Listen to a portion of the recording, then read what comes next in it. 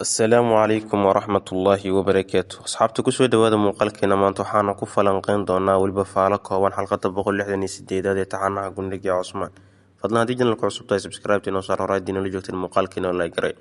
aad iyo aad ayaad u mahadsan tahay daawad intaynan guda galin muuqaalka ka hor tan oo ku saliya xabiibkeena Muhammad sallallahu alayhi wasallam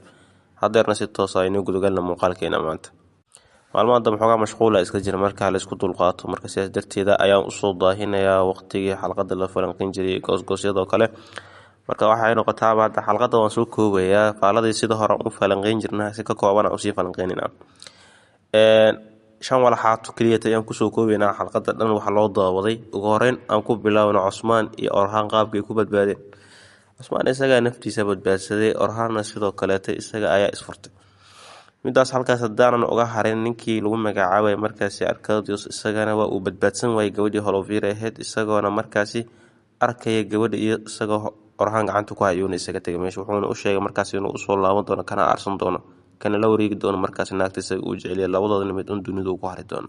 halka gabadha Holovyra lagu magacaabo Orhaan uu ka codsado markaasi inuu iyada guursado iyadana midaas waa ka aqbashay isagana aad buu u farxay midaas halka Cusmaan markaasi uu ka soo gaaray wiilkiisa Orhaan sidaas darteedna halkaasi uu ugu sheegay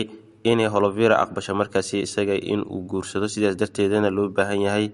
inuu asagana sidoo kale aqbalo wadan Cusmaan waa uu ku farxa markuu maqlay markaasi in Holovyra ay aqbashay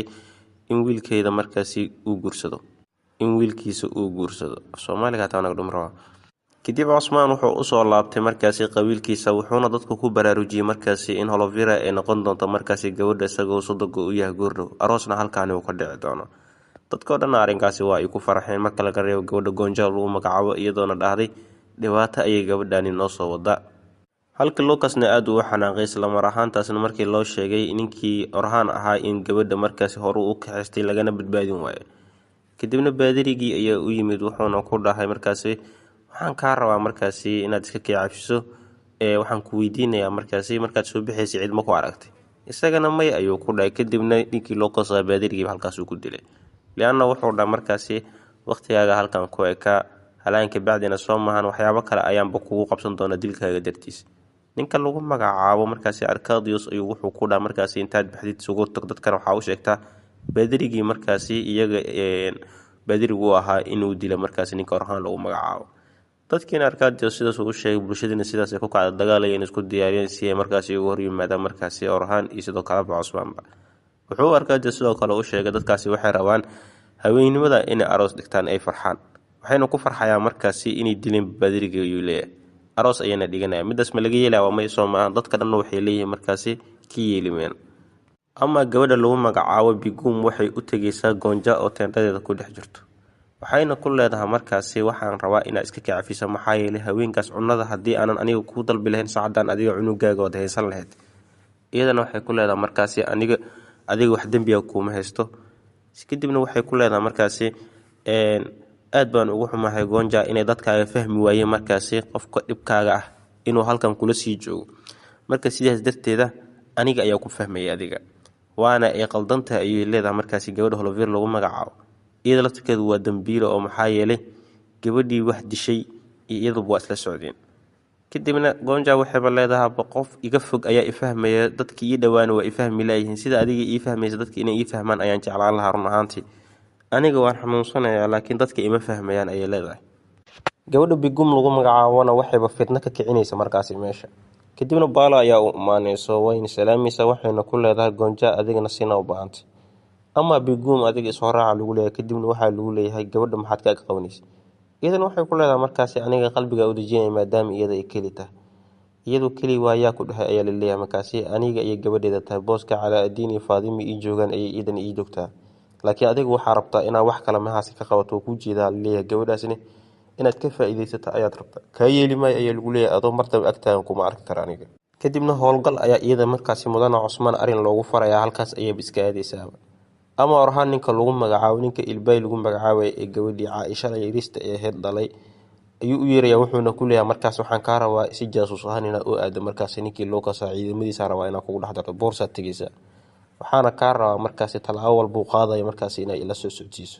cunadii cabitaanka uu cunay hataa ina goobjoog ka ataa rabaa wax walba uu sameeyay ninkaasi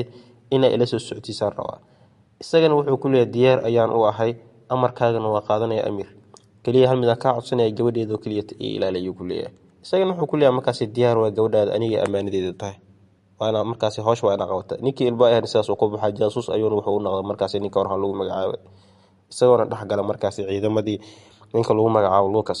intaas kadibna waxaanu arkaynaa Cusmaan iyaga oo dhiganaya markaas xaflad aad iyo aad u weyn isla mar ahaantaasna arooska Holovira iyo Orhan oo la kala kiciyay arkaynaa iyadoo halkaas rag fardooley la keenay isla mar ahaantaasna bandhig wacan maxaas ku soo bandhigeen waxaan dhigarnaa markaas waa loo hagar baxrunaanti kadibna ninkii qaraasi ahayna meesha ayuu yimaaday isagoona u hambaliyay Cusmaan Orhanna guddoonsiiyay markaas hadiyadii ugu qiimo badnayd laakiin isaga ma doonin markaas inuu ka guddoomo laakiin aabbiisa wuxuu ku dhaay ka qaad sidaas ayuu ugu qaatay ama qaraasi sidoo kale ninkii Lucas waxay ku heshiiyeen markaas burburka mudan Cusmaan oo ninkii lagu magacaabay Lucas wuxuu u tagay markaas qaraasi wuxuuna u sheegay markaas inuu doonayo Cusmaan inuu dabargooyo isagana wuxuu ku dhaay markaas aniga wax walba awood diyaar aan ku lahaa inaan garabkaaga ku noqdo Cusmaan ba hadii aad ka hor iimaanaysa aniga diyaar ku ah ama Cusmaan laftirkiisa wiilkiisa Orhan u sheegay markaas goobtii arooska inuu goobjoog ku ka ah qaraasi una jooga markaas goobtii Holovira uu ku guursado markaas ninkii Arkadius ah Cusmaan midaas aad iyo aad ugu xumaa ama Orhan baaritaan mar uu sameeyay isla mar ahaantaasina uu tagay suguud ay kudnu u soo sheegay markaas in halkaasi wax fiican aysan ka soconin kadibna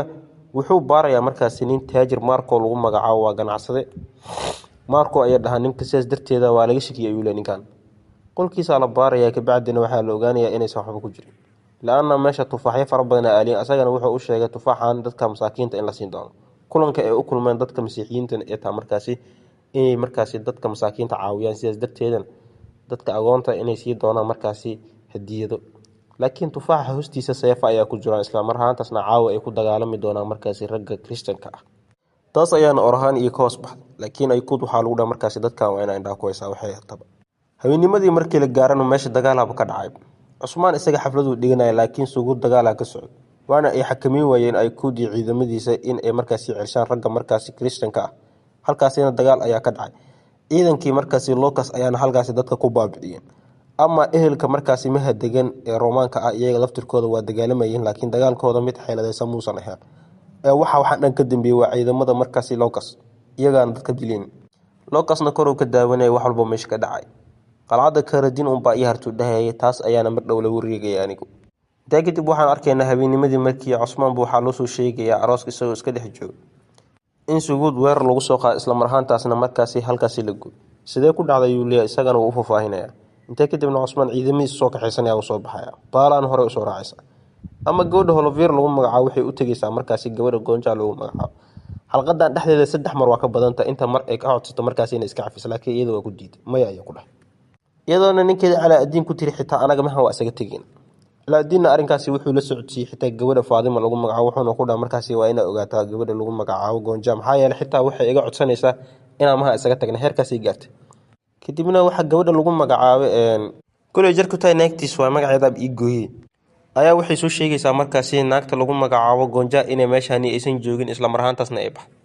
aad ayeen uga walwalayaan run ahaantii Faadimna waxay leedahay waxaan waa wax waaliya waxay sameynaysaa markaas dumaashideeda mana rajeynaya markaas fal noocan inay ku dhaco ama Cusmaan intuu uu ku maqnaa markaas dhanka iyo sugud waxaan u arkaynaa markaas isagoo fariin loo soo diray loona sheegay markaas in ninkii lagu magacaabay Lucas hadda uu weerar ku yahay markaas dhanka ay qalcadii Karadin halka Cusmaan markii uu qabiilkiisa uu ka soo baxayaba bigum iyo walaalkeedu uu u diro markaas qalcada Karadin ayna si ilaaliyaan Cusmaanna markaas waa u soo baxaya wuxuuna soo aaday dhanka ay qalcada Karadin qalcadeedna waxa arkaynaa ninkii Lucas ahaa isagoo amar ku bixinaya markaas dadkan inay qalcad iska soo wareejiyaan ay badbaadi doonaan laakiin iyaga ka diidayaan ka bacdina ninkii qaraasi ahaa oo meesha imaanaya wuxuu leeyahay markaas waa inay joojiso dagaalka awoodid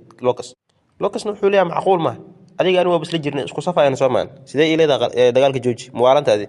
ka bacdina wuxuu leeyahay yaa ku yiri aniga isku safayaan ana wariya hortaada ayaan taagan hadii aan isku safnaan aniga adiga maxaan kaaga soo horjeesanaya isha sidaas darteeda aniga waxaan ka soo horjeedaa dagaalka halka ku qaadis jooji hadii kale waxbaad soo arkaysaa uu leeyahay waruntaada aniga Cusmaan waa ka soo horjeedaa laakiin taas macnaheedu ma in adiga dhulkiisa kugu sii fasaxaniga waana ka soo horjeedaa Cusmaan isaga waxa laga yaabaa birkama inuu aniga agteeda ahaado marka adiga ka yeelimay dhulka Cusmaan la wareegto waa dhulkaygu kaleeto ninka lagu magacaabo Lucasna qosol ayuu bala dhacaya macquul ma uu leeyahay war ima jooji kartay iga hor leh odayo duqa kadibna qaraasi waa booteynaya wuxuu leeyahay markaas hadda aniga hadda halkan weerar ku qaadido oo tiraad markaas qalcadana qabsanaya yaa ku ilaalinaya buursa ii sheeg ciidamadeeda nin qiyo joogan iyo hareeraha markaasi buursa amar ayay iga sugayaan keliyad adigana halkan aad joogtaa iyaga buursa qabsanaya qalcada inta markaas ku dul meereysanayso magaalada buursa yaa ka qabsanay luuliya ninka lagu magacaabo markaasi Lucasna aad buu ugu xumaanaya halka Cusmaanna markaasi isagoo uuba soo socdaba uu soo socdo dhanka qalcada Kaardiin wuxuuna leeyahay markaasi intaas soo sana ayaan soo dagaalamay oo aan faraskayga dushiisa markaasi mujaahid ku ahaa marna wal laga mayaa markaasi dariiqii rasuulkana sallallahu alayhi wasallam inuu jihey markaasi inaan aniga ka leexdo magaciiguna waa mudana Cusmaan adduunko dhanna waxaan u sheegayaa markaasi ama inaan dawlad dhisi doono ama inaan dhiman doono dawladeeda waa inaan dhidibada u taaga ayuu leeyahay taa hadii la waayina badalkeed waa dhimanaya labadaas wax ka dhaxeeya ayaan bijirin ayuu leeyahay marka muuqaalka taas ay ku soo koobaya goosgooska inoo balana marka ka saaxiisale aad iyo aad ma santiin wassalaamu calaykum waraxmatullaahi wabarakaatuh